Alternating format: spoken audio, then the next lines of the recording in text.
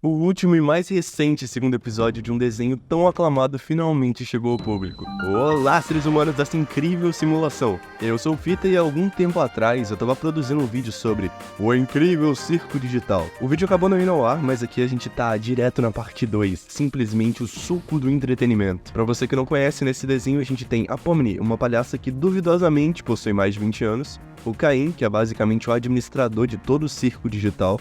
Alô, galera! Quem é o administrador? Que porra de... Aquele nome lá do... A Agatha, uma personagem psicologicamente abalada, mas até que bem estável comparado ao leque extenso de personagens dessa série. Eu não sei se é essa a pronúncia, mas Gangle, a marionete depressiva, Zubul, o brinquedo infantil ranzinza, e Kinger, o rei de copas paranoico. Inclusive ele é muito bom. E obviamente a Bubble, o pet nojentinho do Caim, que inclusive quem dubla lembra muito a voz do Cebolinha, é muito da hora. Let's not waste any time. Let's get right into the show. E por fim, mas não menos importante, o nosso querido Jax, que é basicamente um coelho psicopata. She still thinks this is a dream. What? It could be a completely unrelated question. Whoa! Ladies first. No, wait, why would I say that?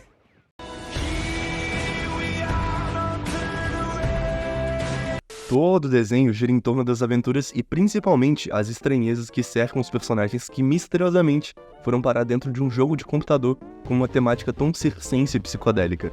O lance é justamente que esses personagens, antes de serem introduzidos nesse mundo de circo, eles eram pessoas do nosso mundo, mas que ao ter contato com algum tipo de defeito, com óculos de realidade virtual, provavelmente, pelo menos é isso que a gente sabe a respeito da Pomni, que é a protagonista, eles magicamente foram parar dentro desse lugar.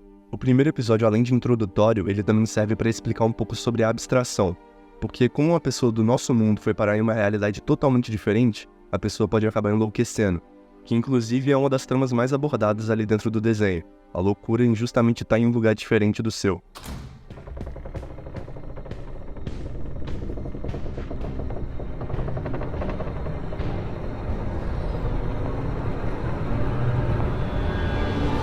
Já no segundo episódio, o Caim, que é essa dentadura olhuda aí, ele põe o grupo em mais uma aventura.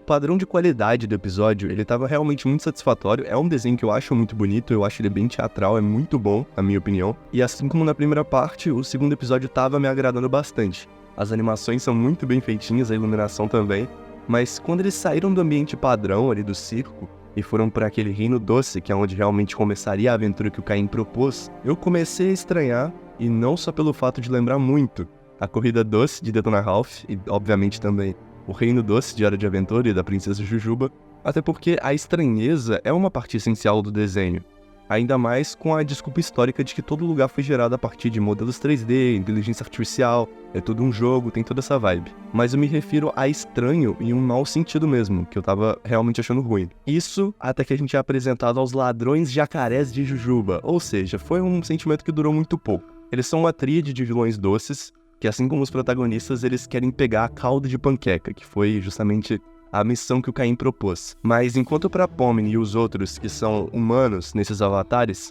pegar essa cauda de panqueca é um propósito sem valor nenhum, por puro entretenimento, o líder dos ladrões doces, que teoricamente é uma inteligência artificial, eles querem pegar a cauda para poder usar ela como um elixir milagroso, para poder curar a sua mãe, que tá terrivelmente doente, a mãe desse chefe dos capangas, e além disso, todos são desse mesmo lugar, desse mesmo vilarejo.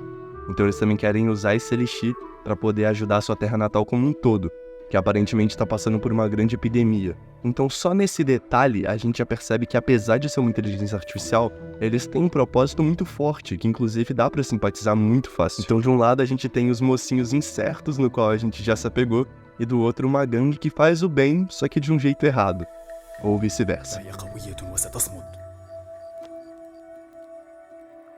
E durante uma perseguição bem divertida e com a Pomni mostrando finalmente um pouco da sua personalidade por baixo de tanta confusão mental, eles acabam indo parar na brecha do mapa, que é basicamente uma região em jogos aonde você não deveria ir. E por você ter conseguido alcançar esse lugar, seja lá uma barreira invisível ou um lugar que não foi muito bem polido no mapa, você acabou indo parar no limbo. Ou como eu gosto de chamar aqui, a rede de criação. É basicamente um lugar que serve como uma biblioteca de arquivos para o Caim, que é meio que o deus desse mundo, poder modelar, copiar e colar suas estruturas e modelos 3D para posteriormente aplicar no mapa. Isso é muito comum em criação de jogo. Ali ele também poderia estar imbuindo sua nova inteligência artificial, fazer os testes dele e tudo mais. De acordo com o próprio personagem, aquela IA que ele estava desenvolvendo era 57 vezes mais realista do que as anteriores. E se é tão realista assim, eu fico imaginando às vezes. O que impediria o Caim, que é basicamente um cara que tá ali para propor diversão, um entretenimento, talvez um plot twist, fazer uma inteligência artificial achar que é humano? Então, joguei no ar, pode ser que um dos nossos personagens, na verdade, não seja um humano de fato. Ele, na verdade, é um robô controlado pelo Caim, não diretamente, mas criado por ele. Voltando ao que eu considero como arco principal, a Pomni cai junto desse Gamigu, que inclusive é o nome dele, eles acabam tendo uma pequena conversa, e o crocodilo, ele vê a si mesmo, espelhado como um mero manequim. Ele enxerga o próprio modelo dele, dos amigos, mas não enxerga o modelo da mãe dele, que é justamente o propósito daquela aventura. Ele se vê então tomado de memórias falsas. Ele se enxerga como uma peça de um jogo que pode ser facilmente substituído, caindo então em uma muito justificável crise existencial. Aí, você tá bem? Não. Você quer conversar comigo? E o que é que tem pra conversar? É que eu não quero te deixar aqui sozinho. Por que não? Eu sou insignificante. Não sou nada. Minha vida, minhas memórias, meus amigos. É tudo falso. Afinal, o que faria dele, ele, se existe um programa que copia o seu jeito de pensar e um corpo exatamente igual ao seu? O que faria dele, de fato, único e real naquele mundo? Eu acho esse um discurso muito lindo, inclusive é abordado pelo Shinji em Evangelion. E na minha opinião, também foi abordado na música do Shooter, a última que ele fez, também do Shinji. A cura do próprio foi identificar o que faz dele, ele. É justamente a vivência e contato com o mundo, as felicidades e também os defeitos e mentiras que ele presenciou na vida dele.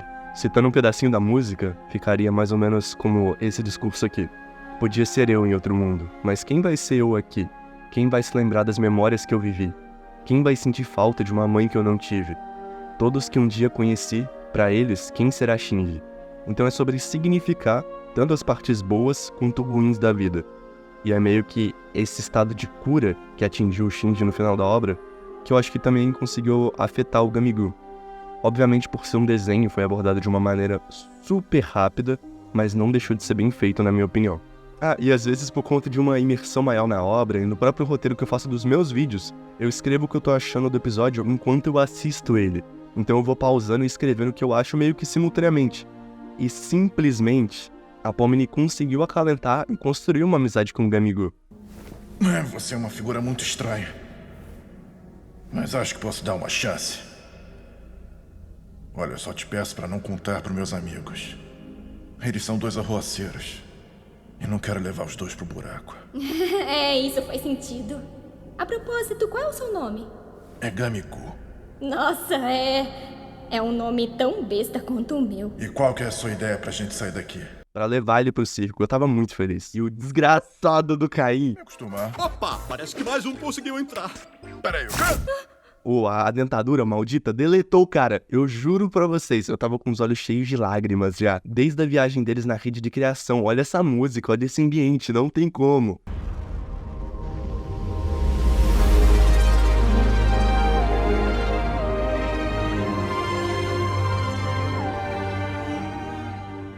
E os caras pegam o desenvolvimento e me tacam no lixo. O quê? Eu sei que todos vocês adoram seus NPCs, mas se eu começar a perder a noção de quem é humano e de quem é um NPC, vai saber o que pode acontecer. Como que pode um negócio desse? A construção de clima, o ambiente, a produção musical desse desenho é surreal, mas eu tenho que dizer, eu fiquei chateado com esse final. Eles conseguem não só brincar com os nossos sentimentos, como fazer isso de uma forma terrivelmente bem feita. O episódio acabou com um literal velório e foi Poxa, absoluto eu cinema. sempre acho que eu tô preparada pra esses momentos, mas aí é só colocar a foto e eu já fico arrasada. Muito obrigado por acompanhar o vídeo até aqui e fiquem aí para mais. Quinta-feira que vem eu pretendo postar mais. Essa é a rotina que eu tô tentando manter, um vídeo por semana toda quinta-feira à noite. Valeu!